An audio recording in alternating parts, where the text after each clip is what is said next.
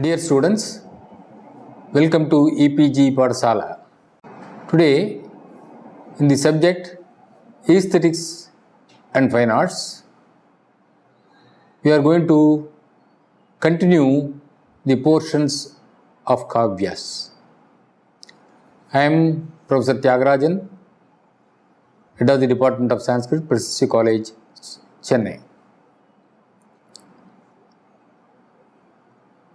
We have already seen in the earlier modules the origin of the Kavya and the influence of Valmiki over the poets and the role of Kalyadasa, his contributions, his genius, his other merits, his descriptive power, and his title Upama Kalyadasasya, and so on. In this module, we are going to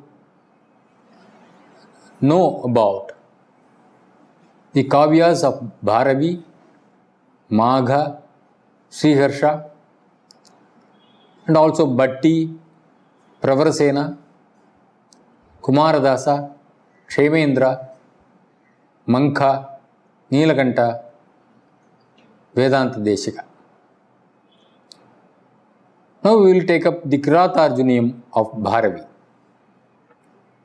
There is a saying, Dandinaha Padalalityam Bharavehe Arthagauravam Upama Kalidasasya Maghe Santi Trayoguna, which means Dandin, a poet who contributed Dasakumara Charita and other works, he is a master in using very lucid words, letters, Padalalityam.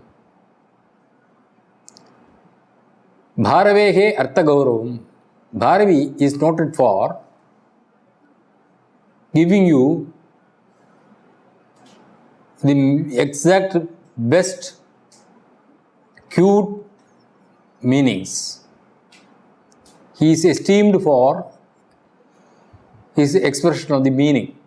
Bharavehe Artha Gauravam. Then Upama Kalidasasya, we have already seen that Kalidasa is noted for his apt similes. The Kavya of Bharavi is Kiratarjuniya. As his name is mentioned in the Aikol inscription of 634 AD, he has been placed during the close of 6th century AD. He was the court poet of King Durvinita, who ruled up to 580 AD. In his court, he wrote his only poem, Kiratarjuniyam. The poem in 18 cantos deals with Arjuna's career described in the Vanaparva of Mahabharata. Arjuna sets out to win the weapon called Pashupata-astra. Pashupata-astra means the astra given by Pashupati, the Lord Shiva. That's why it is called Pashupata-astra. So Arjuna wanted to get this particular astra or the weapon or missile from Lord Shiva by doing some austerities. So it is in order to fight Kauravas, he wanted to secure that Pashupata-astra. So Arjuna's severe austerities frightened the gods. Generally, whenever somebody does some austerities, performs some yajnas, the gods are very much afraid. It is not out of place to say that whenever a person does a sacrifice or more number of sacrifices, or it is even said that if a person does 100 sacrifices, he becomes Indra. Therefore, the gods are very much afraid to get rid of their seats. So they come and disturb the austerities, penances of the seers. Now, being afraid, the gods appeal to Lord Shiva to descend as Kirata, and who disputes with Arjuna in the matter of killing a boar. So both of them come there, and then they are both Arjuna and Kirata are targeting the boar, but there is a quarrel between both of them. Then after the quarrel, Shiva reveals his true form and grants the devotee, that is Arjuna, the desired weapon. Bharavi's description has great power and vigor. In the earlier module, I told about the Paka.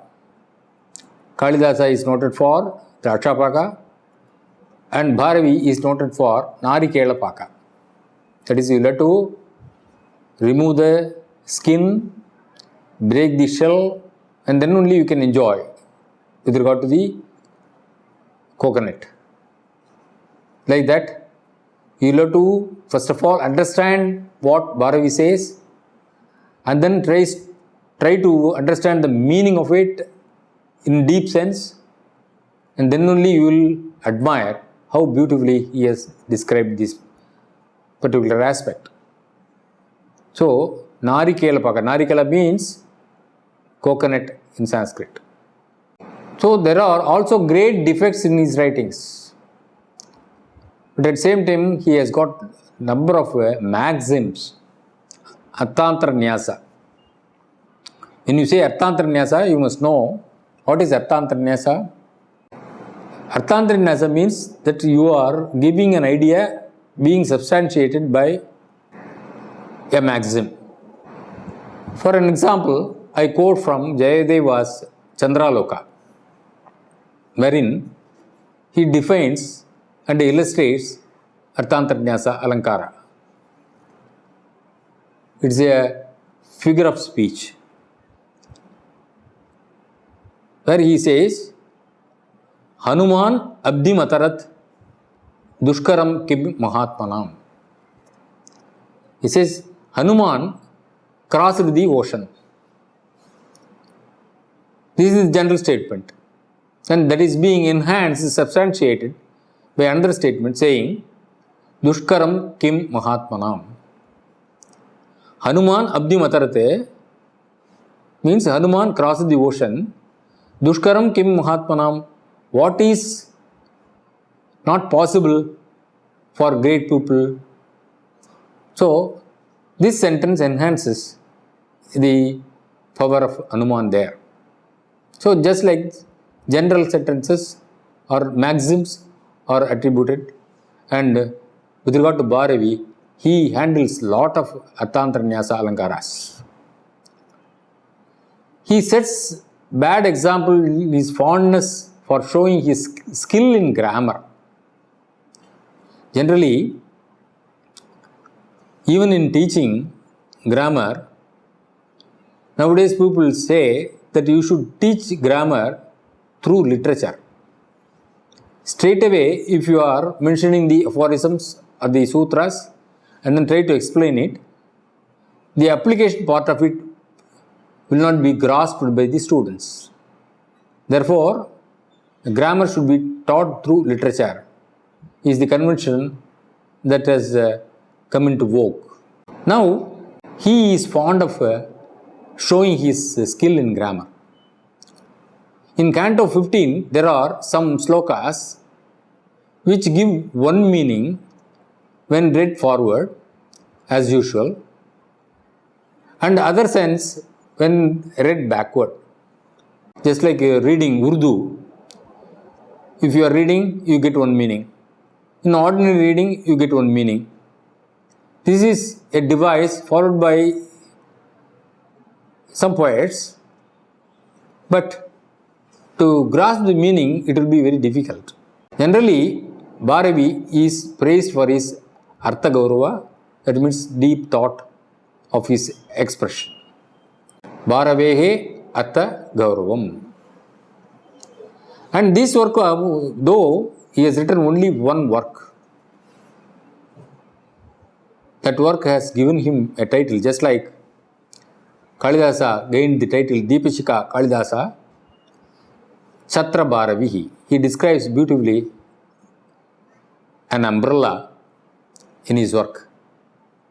That beauty as attributed is this title, Chhatra Bharavi. And now we come to Maha, who wrote Sisupalawada.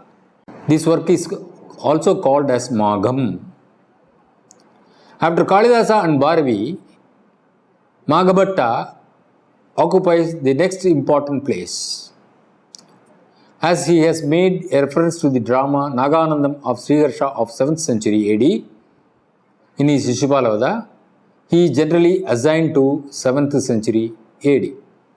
Taking the well-known episode from Mahabharata epic, Maha has written his only work, Sisupalawada or Magham, in 20 cantos. Dharmaputra performs a sacrifice called Rajasuya Yaga after his victory over demon Jarasandha. The first offering of honor, which must be shown to great person in the assembly, is shown to Sri Krishna by the advice of Bhishma and other elders.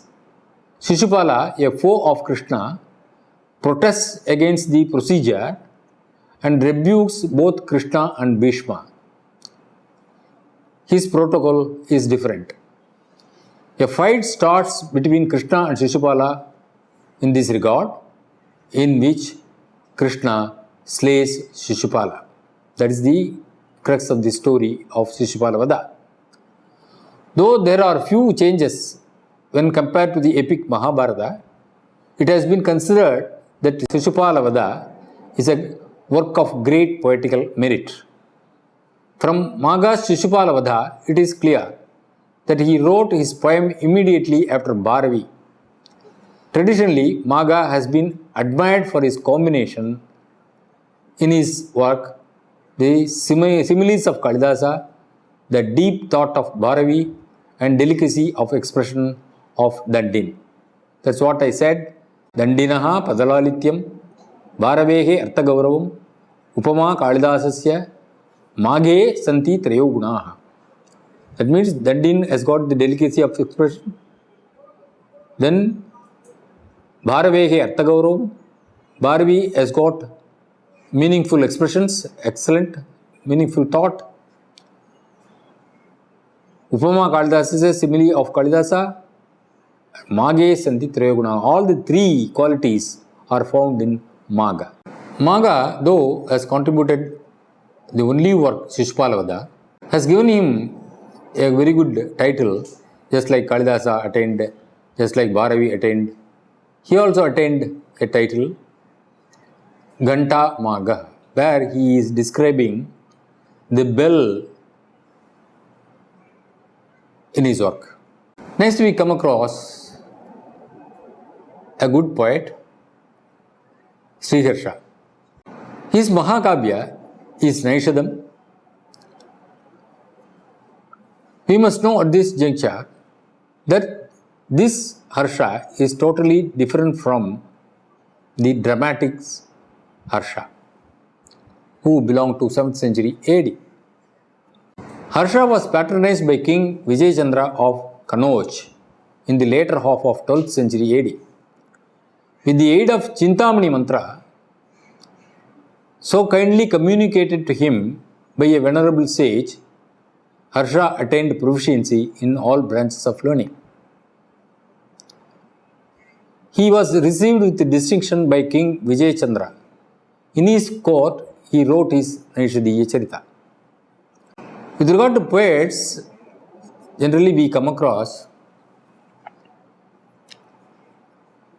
the divine grace for their ability to compose, and for which, just like Kalidasa, who prays to Kali and gets the inspiration, for some mantras are being given as the inspiration, and this Chintamani mantra is spoken of as a mantra which gives all the ability for speech and writing. And it appears that this poet attained that mantra from a seer. The story has been taken from the Mahabharata epic. The original story found in the epic is simple and in beautiful style. The original of Ramayana and Mahabharata happen to be always simple because they are composed in Anushtup meter. And the sentences are also very easy to understand. And the poets of later ages, when they take up the plot or the informations, they sometimes, if I am not mistaken, complicate by way of decorating their speech. Of course, that is also a part of a poetic expression. So, they make alankaras, and thereby the reader sometimes struggles to understand the ideas conveyed by the poet. The original story found in the epic is simple. The style in the Naishada is very tough, requiring the help of a commentary to understand the meaning. So he has been considered as a most difficult writer. Though his style is much tough, his imagination, power of observation and description of nature are decidedly of very high order. There is a saying with regard to Sri Harsha and his work Naishadam. Naishadam Vidvad Aushadam. The work Naishada is the medicine for all poets. Here we must understand, when you say medicine, it is always good. But conventionally we think that medicine means bitter. But however, it gives you a good remedy. Therefore, the saying Naishadam Vidvad Aushadam means that it enhances the brain of composing poems by other poets. So it gives you an inspiration to follow his writings and his expressions. Therefore, Naishadam Vidvad Aushadam. It does not mean that one should get terrified by this work. It is understandable provided you have a commentary or a person who can give a good explanation for the sentences. See, in the Nishada country, there was a king called Nala.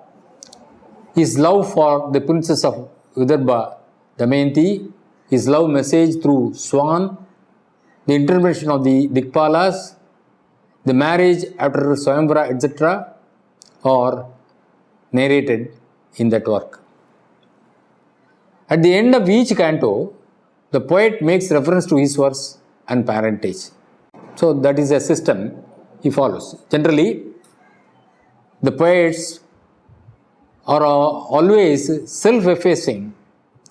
They don't reveal their entire family, how they lived, the parentage, and their sometimes even where he studied and all. But sincerely, Sri Harsha does that in every canto. Next we come across Pravarasena, a writer who wrote the work called Setubandha. Bana and Dandin of 7th century AD have paid glowing tributes to Pravarasena in their respective works. So he is assigned to 6th century AD. His Mahakavya Setubandha, or Building of the Bridge, is written in Maharashtric Prakrit. It describes the bridge built by the monkeys in the epic Ramayana. This is also called Setu Kavya or Ravanavadha.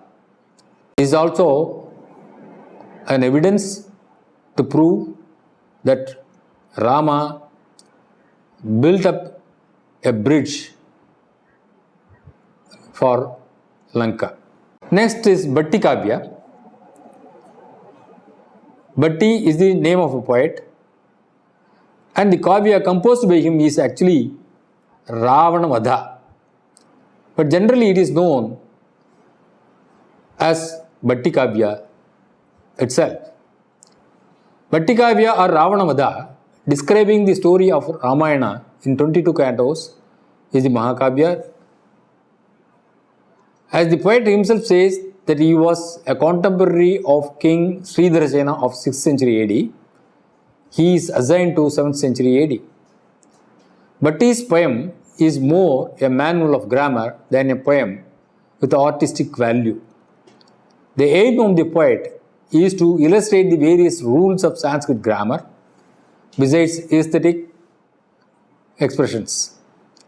The poet says that his work is a light to those whose eyes are grammar, and justifies without grammar it is a mirror in the hand of a blind. So this justifies that this particular work is meant for teaching grammar through literature. So in that way, Bhatti Kavya attains a special recognition. Next we come across Kumaradasa, a poet, whose work is Janaki Harana. Taking the source from the great epic Ramayana, Kumaradasa of 7th century AD wrote his Janaki Harana in about 20 cantos. The free use of certain grammatical forms in the book shows that the author is conversant with the grammatical work Kashika Vritti of 650 AD. Just like Panini, Bhattoji Dikshita, you have got a grammar work called Kashika Vritti, which is much exclaimed by the grammarians. So there is no contradiction in fixing his date as 7th century AD. The story described here differs from Ramayana in various details. His style is simple. He tried to produce the style of Kalidasa. Generally all the poets after Kalidasa, having read Kalidasa, try to imitate him or try to borrow certain phrases also. Because Kalidasa, being the predecessor, has given inspiration, and the poets also, having high esteem over Kalidasa's expressions, try to follow. Now Harichandra's Dharma Sharma Abhyudaya is a work to be of preaching Jainism, because he belonged to Digambara cult of Jainism. He wrote his Mahakavya Dharma Sharma Abhyudaya in 2 cantos, describing the life of the Jain saint Dhananatha. He belongs to 9th century AD. Now, Hara Vijaya is a work written by Ratnakara. He is a court poet of King Avantivarman of Kashmir. He is more often referred to as Rajanaka Ratnakara Vagishwara. The very title Vagishwara gives him the merit that he is the Lord of words. That means his words convey excellent meanings, and also the meaningful words are being chosen by him. Chosen words he uses in his work. Hara Vijaya is the Mahakavya written by him. It describes in 48 cantos. See, so many cantos. There is a more number of cantos if you find it is only in this work. The story of killing the demon Antaka, Shiva's own son, by Shiva himself is narrated. The poem has very little artistic value, but this is the biggest Mahakavya in Sanskrit literature. Then Nalodaya. Vasudeva's Nalodaya, describing the story of Nala found in the Nalopakyana of Mahabharata, Vasudeva wrote his Nalodaya or Rise of Nala in 4 cantos. Long compounds, difficult meters, and frequent use of alliterations in this poem speak of the poet's lack of aesthetic sense. It is generally believed that whenever you use long compounds, hair-splitting puns, and bombastic verbal expressions, people generally underestimate that work because of the trouble in understanding the meaning of the work. When you are straining to understand the meaning, then the work happens to be somewhat boring for any person. Therefore, in that sense, we can say he lacks the aesthetic sense. He has written another work, that is Yudhishthira Vijaya, in which he describes the story of Yudhishthira till his victory in the Great War. Next, we come across the Kavyas of Kshamendra.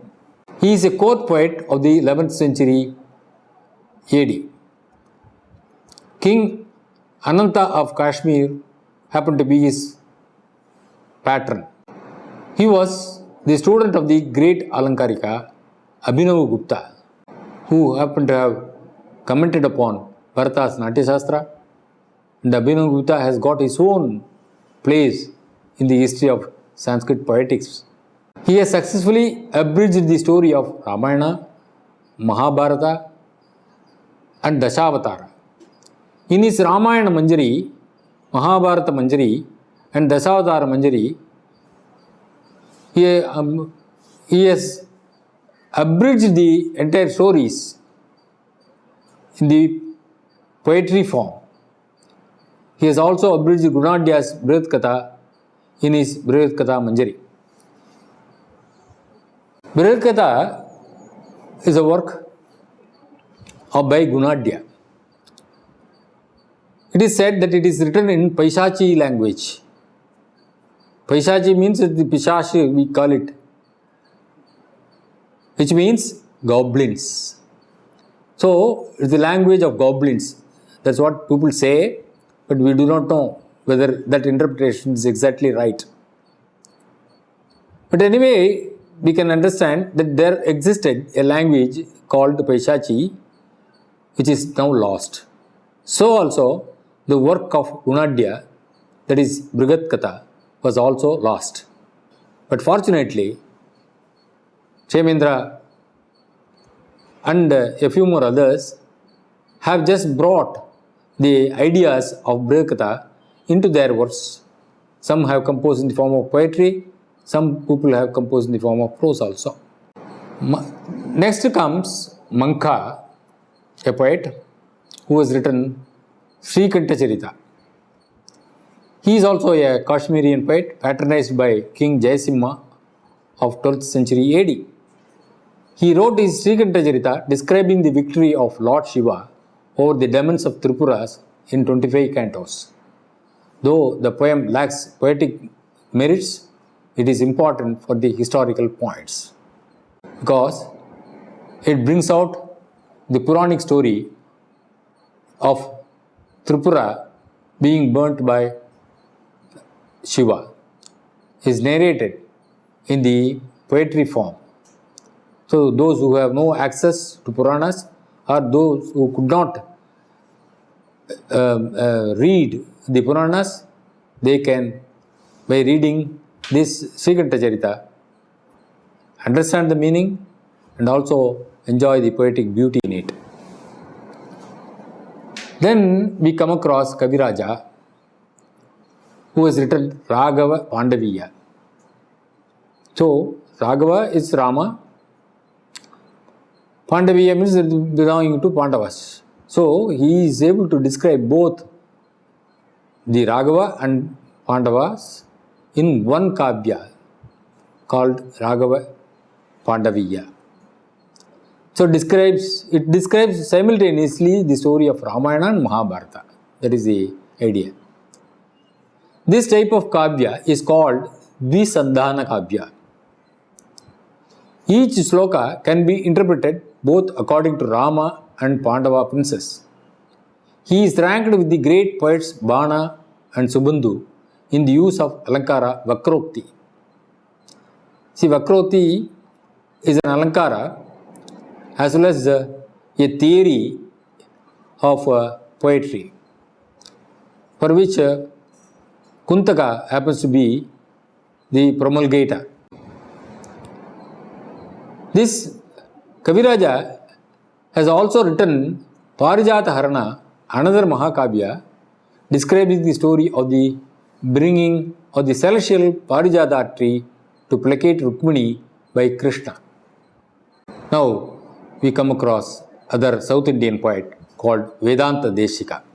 Venkatanatha or Vedanta Deshika, the 14th century Vaishnavite poet and philosopher, has contributed profusely for the development of the various branches of Sanskrit literature. His Yadava Abhyudaya in 24 cantos describes in simple and pleasing style the story of Lord Krishna described in the Bhagavata Purana. This poem has been commented by the great philosopher and poet Apaya Dikshita of 17th century.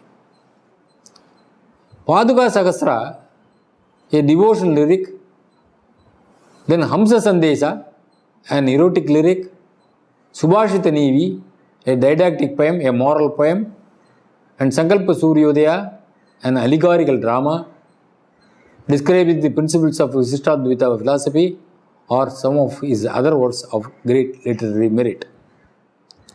Vedanta Deshika is noted for his Stotra Kavyas also.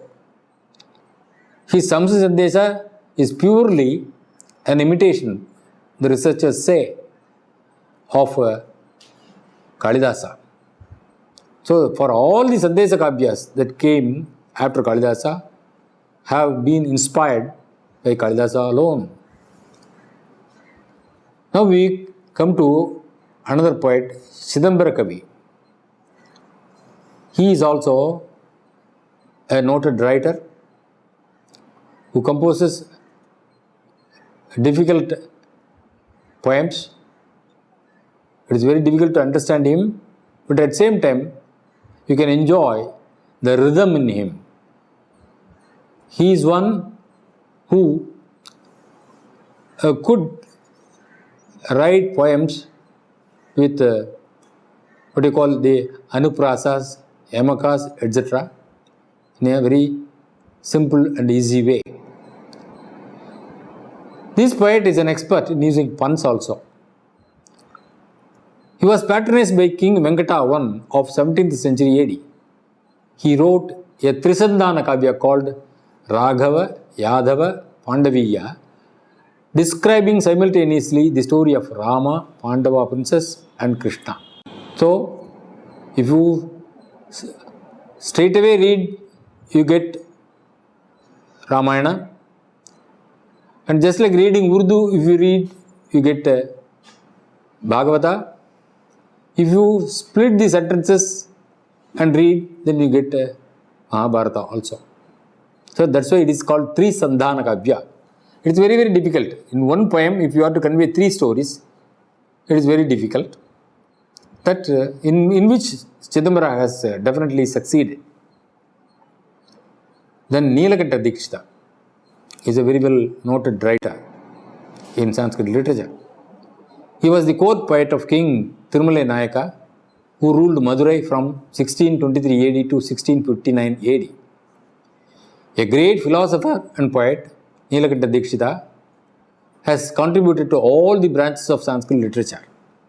His Mahakavya Shivalila Arnava in 22 cantos describes the 64 sportive leelas of Lord Shiva described in the Halasya Mahatmya. Another incomplete Mahakavya Mukunda Vilasa Kavya describing the story of Lord Muruga is also attributed to him. So the Kali Vidambana and other Kavyas, minor Kavyas also written by Nilakanta. He is a serious poet as well as a humorous writer. And one example of Nilakanta as a humorous writer, I would like to say that he wrote on Kalividambana, that means a satire on the people who are living during Kali Yuga. One example, he sees a teacher and then says that you teach, you ask the student to read. And then he advises the teacher, if you ask the student to read, and if he raises any question, you say, after reading, you yourself will get the meaning. And with regard to an astrologer, he says that if you are an astrologer, people will come and ask you how many years they will live. Then immediately, being an astrologer, don't look into the planets and then say that you will live for this many years. For the life is in the hand of God. So don't predict the age of a person. Instead, you can say that you will live for 100 years. And if the person who asks for the prediction lives for 100 years, then he will say he is a great astrologer because he said that I will live for 100 years, I am living. If he dies, is he going to come and then ask you why you have bluffed? So, such criticisms are very humorously rendered by Nilakanta Dikshita. In this module, you have seen Bharavi, Maha, and their merits, and some of the other poets also, like Kumaradasa and others, and the contents of the poems and the period of their living, etc. This will give you an idea that how the Kavyas have been developing and how Kalidasa and other great poets have inspired the succeeding writers in the development of the Kavyas in Sanskrit literature. Thank you.